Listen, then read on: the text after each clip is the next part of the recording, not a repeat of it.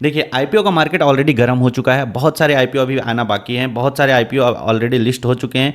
और जैसा कि आपने पुराने वीडियो में देखा, मैंने क्लियरली बताया था कि उस आईपीओ में आपको दूर रहना है। अगर आप लिस्टिंग गेन चाहते हैं तो उस आईपीओ से दूर रहना। वो मैं बात कर रहा हूँ हुंडई के बारे में। जैसा कि अगर आप अभी चेकआउट करेंगे तो हुंडई का जो अभी ग्रे मार्केट प्रीमियम चल रहा है वो ऑलमोस्ट जीरो या फिर निगेटिव में जा चुका है, और जो इसकी लिस्टिंग होगी वो भी चांसेस है या फिर फ्लैट लिस्टिंग होगी या फिर निगेटिव में लिस्टिंग होगी। तो इसीलिए मैंने आपको क्लियरली बोला था कि उस आईपीओ से दूर रहना। लेकिन आज मैं एक और आईपीओ लेकर आया हूं और ये बहुत ही अच्छी कंपनी है, ये अपने सेक्टर की लीडिंग कंपनी है। आज हम बात करने वाले हैं वारी एनर्जीज आईपीओ, जो कि अभी 21 को आएगा, मंडे के दिन ये आईपीओ आएगा, और 23 को इसका लास्ट डे होगा। 3 दिन का आपको टाइम मिलेगा इस आईपीओ में अप्लाई करने के लिए। तो इस आईपीओ के बारे में हम पूरी चीज़ें जानेंगे। इस आईपीओ का ग्रे मार्केट प्रीमियम कितना चल रहा है, इस आईपीओ में इस कंपनी के रिस्क क्या है, इस कंपनी के फंडामेंटल कैसा है, इसको लॉन्ग टर्म में आप होल्ड करके रख सकते हैं कि नहीं, इन सारी चीज़ों के बारे में हम इस वीडियो में अच्छे से जानेंगे। तो अगर अभी तक आपने वीडियो को लाइक नहीं किया है तो प्लीज़ लाइक कर दीजिए, सब्सक्राइब कर दीजिए और इसको शेयर कर दीजिए। अगर आपके पास डीमैट अकाउंट नहीं है तो लिंक डिस्क्रिप्शन में दिया गया है, उसके थ्रू आप अपना डीमैट अकाउंट ओपन कर सकते हैं। तो चलिए वीडियो को करते हैं शुरू। देखिए ये कंपनी दिसंबर 1990 को इनकॉर्पोरेट हुई थी इंडिया में, और ये एक इंडियन मैन्युफैक्चरिंग कंपनी है जो कि पीबी मॉड्यूल्स बनाती है। आज के डेट में इसके पास 12 गीगावाट की कैपेसिटी है, और ये 6 गीगावाट का प्लांट और लगाना चाहते हैं। उसके लिए इन्होंने एक आईपीओ निकाला है। देखिए ये भी कोई छोटा आईपीओ नहीं है, ये भी बहुत बड़ा आईपीओ है। इसका टोटल साइज़ की अगर हम बात करें तो 4321 करोड़ का टोटल ये आईपीओ का साइज़ है, जिसमें कि 3600 करोड़ का ये फ्रेश इशू है, फ्रेश आईपीओ है। बाकी का जो पैसा है वो ऑफर फॉर सेल है, ठीक है। बाकी का जो अमाउंट है वो जो पुराने होल्डर इनके हैं वो अपना शेयर्स को बेचेंगे, उसके लिए ऑफर फॉर सेल है। बाकी का फ्रेश इशू जो है वो 3600 करोड़ का इस यहाँ पे फ्रेश इशू है। जिसका प्राइस बैंड होने वाला है वो 1427 से 1503 रुपये पे होने वाला है। आपको कट ऑफ प्राइस पे लगाना है, मतलब 1503 रुपये का एक शेयर यहाँ पे होने वाला है। जो आईपीओ की डेट आ रही है वो 21 को आ रही है, मतलब कि कल होगा मंडे को ये आईपीओ ओपन हो जाएगा। आपके पास टाइम है 23 तक लगाने का आईपीओ में। उसके बाद इसका जो फेस वैल्यू है वो 10 पर शेयर है, 10 रुपीज़ पर शेयर।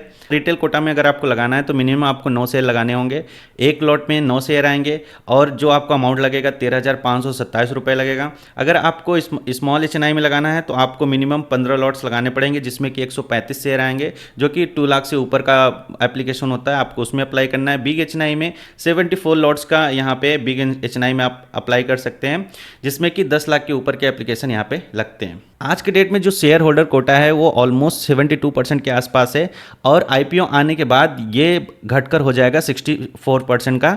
देखिए 21 से लेकर 23 तक आईपीओ यहाँ पे आप लगा सकते हैं, और जो ये अलॉटमेंट होगा वो 24 को अलॉटमेंट हो जाएगा। अगर आपको शेयर मिले या नहीं मिले, अगर नहीं मिले तो आपको रिफंड हो जाएगा 25 को, और अगर आपको शेयर ऑलरेडी मिल चुके हैं तो 25 को ही आपको आपका जो शेयर है वो आपके अकाउंट में, डीमैट अकाउंट में आ जाएगा। जो इसकी लिस्टिंग डेट होगी वो 28 को होगी, यानी कि अगर आपको शेयर मिले हैं तो 28 को आप उसको सेल कर सकते हैं और प्रॉफिट बुक कर सकते हैं, ठीक है। तो चलिए इसके फाइनेंशियल के बारे में हम थोड़ा सा ध्यान देते हैं। देखिए फाइनेंशियल के बारे में अगर हम यहाँ पे बात करेंगे तो जो इसका एसेट है वो एज़ कम्पेयर 2022 से लेकर अभी तक का जो अगर कंपेयर करोगे 2024 में बहुत ही अच्छा इसके एसेट है। रेवेन्यू के बारे में बात करें तो 70% का रेवेन्यू में यहाँ ग्रोथ देखा गया है, और अगर प्रॉफिट आफ्टर टैक्स देखा जाए तो 155% का यहाँ पे प्रॉफिट आफ्टर टैक्स यहाँ पे दिख रहा है एज पर डेटा, जो कि 2023 से पिछले साल से इस साल के कंपेयर में बहुत ही ज़्यादा अच्छा है। अगर हम यहाँ पे आरओई देखें तो 8.79% का, आरओसी देखें तो 9.45% का,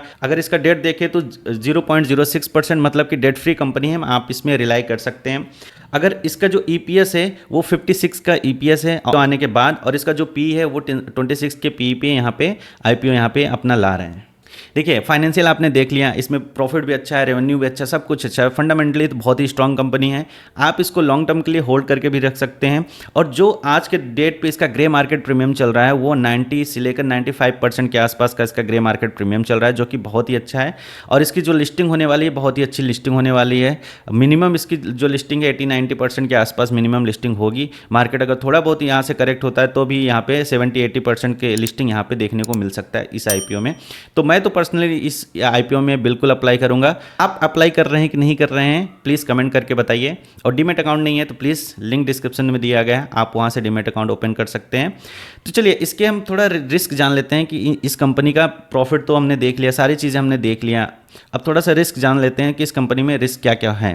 तो जो इनका सबसे बड़ा रिस्क है वो यहाँ पे ये है कि 2023-2024 के डेटा के हिसाब से जो इनका 70% से लेकर 74% का जो रेवेन्यू आता है वो टॉप 10 क्लाइंट से आता है, ठीक है। जो इनका उसके बाद अभी सिर्फ 2024 की हम बात करें तो 58% का रेवेन्यू जो है ये इनके टॉप 10 क्लाइंट से आते हैं।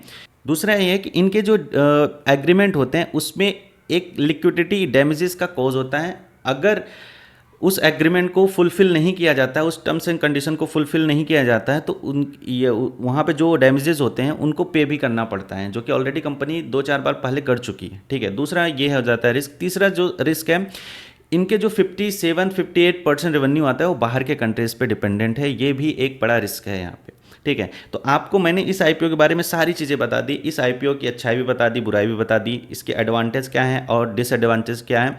आप बताइए कमेंट करके हमें कि आपको आईपीओ कैसा लग रहा है, आप इस आईपीओ में अप्लाई कर रहे हैं कि नहीं कर रहे हैं। और प्लीज़ वीडियो को ज़रूर लाइक करिए और सब्सक्राइब करिए। मिलता हूँ आपसे अगले नेक्स्ट वीडियो में, तब तक के लिए थैंक यू वेरी मच दोस्तों।